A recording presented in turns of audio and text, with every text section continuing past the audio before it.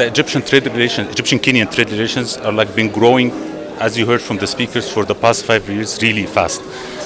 We reached 2020. We reached around $636 million.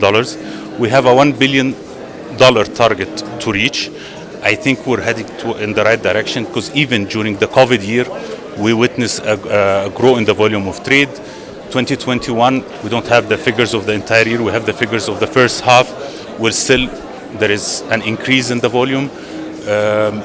Of course, this kind of events helps even to boost more the trade relations between both countries, and because of this kind of events that we keep on having this increase in the volume of trade. This is like food industries mainly. As you see, this is the forum is about food industries, which is actually the sector where the trade balance is in favor of Kenya, because mainly, as you know, we're the second biggest importer of Kenyan tea.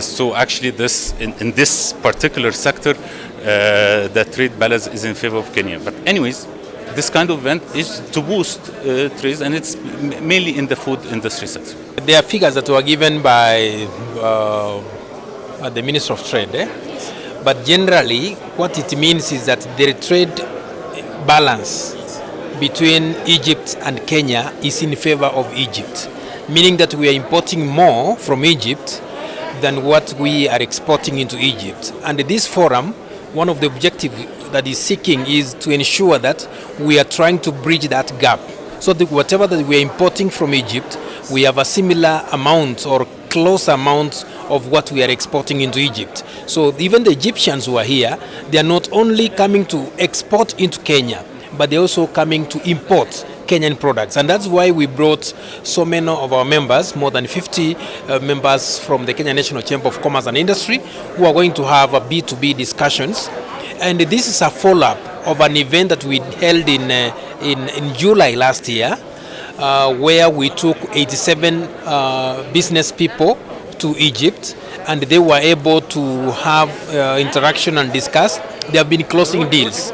Because of that, now we're seeing a lot of increase in export of food, including the avocado, of course, and other fruits and vegetables, which have an easy access into Egypt, and then from Egypt they are able to re-export into the Gulf region and into Europe.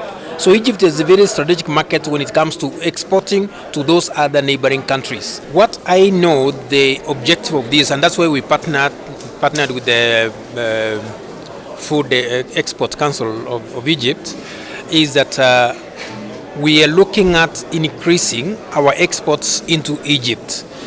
And I know most of the products that they are taking from us are in commodity form, like tea and coffee. But now we've seen that there is need, and there is a really big demand for other products like avocados.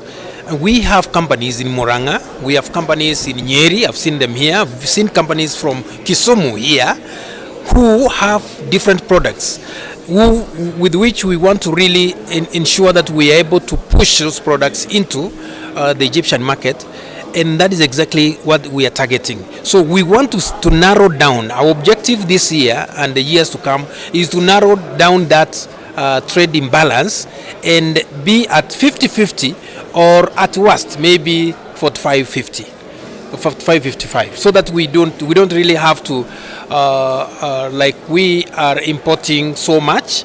And the importation is because of the high value of products. You see, what Egypt does is that normally they buy commodities from across the world, and then they repackage and value add.